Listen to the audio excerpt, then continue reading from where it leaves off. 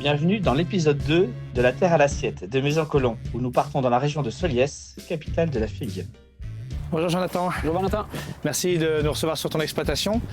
Nous sommes à Soliès, Capitale de la figue. capitale de la figue. Bienvenue Et, à vous, hein. Tu veux nous apprendre plein de choses. Je vais vous amener surtout dans mon verger.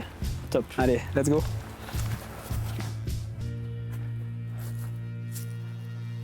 Vraiment, Jonathan, l'odeur, elle est incroyable. Ici, on est sur un verger de figues blanches ou de figues rouges. Alors ici, on est sur un verger de figues de Soliès. C'est la violette. Il n'y a que ici ou dans cette région. Ici, Soliès, c'est la capitale de la figue. On a une AOP. Et on est essentiellement que de la violette. Après, il faut savoir qu'il y a plusieurs variétés de figuiers. Il y a de la blanche, il y a de la petite, il y a de la marseillaise. Mais nous, c'est la violette de Soliès. D'accord. Donc là, au cœur du verger, il y a près de 1000 arbres. Et on est en pleine production, hein. La production démarre aux alentours du 15 août et va se terminer aux alentours du 15 octobre. D'accord. Et ça fait donc 2 mois de production, de cueillette, etc. 2 mois de pleine récolte. Le D'accord. quotidien ici, c'est on arrive le matin, il faut arriver tôt. Ouais. On arrive le matin aux alentours de 6 heures, dès la levée du jour. Et en fait, à la fraîcheur, on va cueillir tous les jours. Est-ce que tu as des ravageurs ici, sur l'exploitation? Alors, nous, en appellation d'origine contrôlée, sur la figue de Soliès, Ouais. on a des ravageurs. Nous, sur notre exploitation, on est en bio. On utilise 0 entrant. En plus d'être dans le bio, il y a vraiment 0 entrant. Il n'y a pas de pulvérisation. Donc, effectivement, la mouche va nous contaminer la première semaine l'intégralité de notre première ramasse. Pendant une semaine, toutes les figues, on va les faire tomber au sol. C'est-à-dire que entièrement Entièrement le verger. À peu près, ici, ça correspond à 1 tonne 6. C'est considérable. C'est énorme. Mais en contrepartie, ça nous permet d'avoir une figue sans aucun entrant. On est un des seuls exploitants à pouvoir vendre les figues, mais aussi les feuilles. Il y a des vertus qui sont utilisées en gastronomie, autant pour faire des infusions que pour faire des décoctions ou pour faire des préparations. Et Jonathan, est-ce que c'est normal que les filles aient des taches comme ça? Alors, c'est tout à fait normal, c'est dû à l'abrasion. Ici, on est dans le sud. Dans le sud, on a le vent, on a le mistral. Et en fait, les feuilles sont tellement abrasives que quand il y a du vent, elles viennent se frotter et frictionner la peau. Ça ne veut pas dire que c'est un manque de qualité, bien au contraire. La figue, elle peut avoir des taches, elle fait toujours partie de l'AOP du moment qu'elle a moins de 40% de surface couverte. D'accord. On a juste à la couper, à la récolter, et une fois qu'on va l'ouvrir, donc on laisse couler le petit lait. Ça a un son très très abrasif, c'est aussi un signe de fraîcheur. Et en fait, quand on va l'ouvrir, quand on l'ouvre, on voit absolument qu'à travers la peau, l'alvéole et la fleur, il n'y a aucune noircure. En cuisine et en pâtisserie, c'est un fruit qui est hyper fragile. Comment tu le conserves? Alors, on a un petit tip pour le conserver. Nous, exportateurs, on va le prendre et on va le mettre en cellule à 3 degrés. D'accord. On va l'envoyer sur les étals. Vous, particuliers ou consommateurs, il ne faut pas les conserver au frigo, il faut les conserver à température ambiante. Attention, c'est un fruit qui ne se conserve que 48 heures en pleine fraîcheur. Ok. Mais ça ne veut pas dire que vous jetez le reste.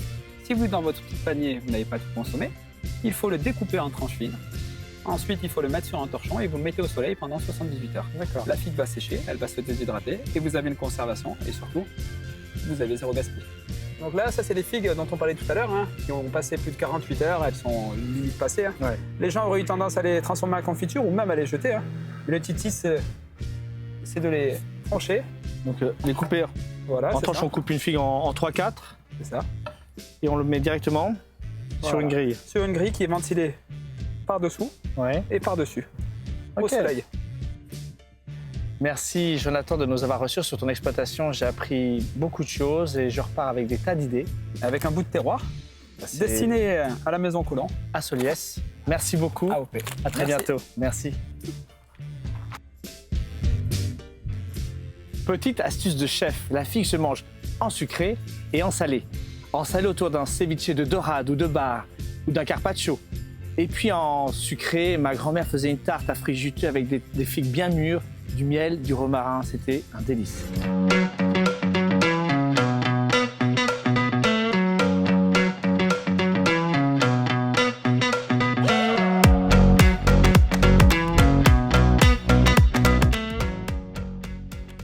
Ben les voilà, la Maison Colomb nous a livré ces fameuses figues de Soliès-Pont, tout le monde les connaît.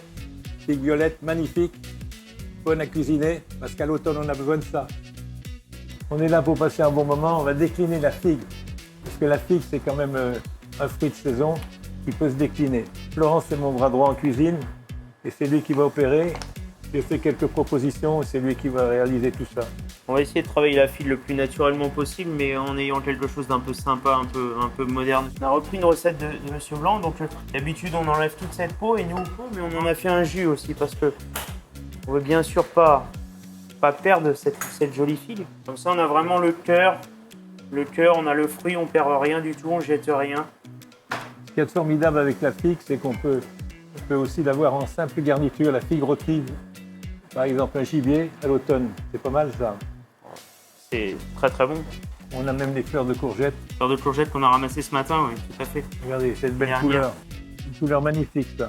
Là, on voit vraiment la fraîcheur, il n'y a pas de secret. Ouais, de toute façon, si on sélectionne des bons produits en général, on le voit avec les figues. Hein. On est sûr du résultat. Vous mangez une figue simplement comme ça, vous avez déjà compris que tout était très bon. La figue, j'ai découvert ça dans le sud de la France.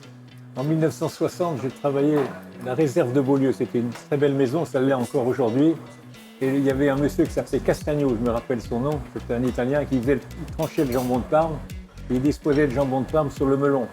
Mais quelquefois, il y avait une demande spécifique.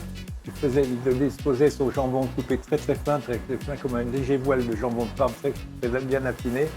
Il le déposait sur les melons et un jour, j'ai vu, il l'a fait sur des figues. Ça m'a interpellé. J'ai dit comment on remplace le melon par des figues. C'était très génial.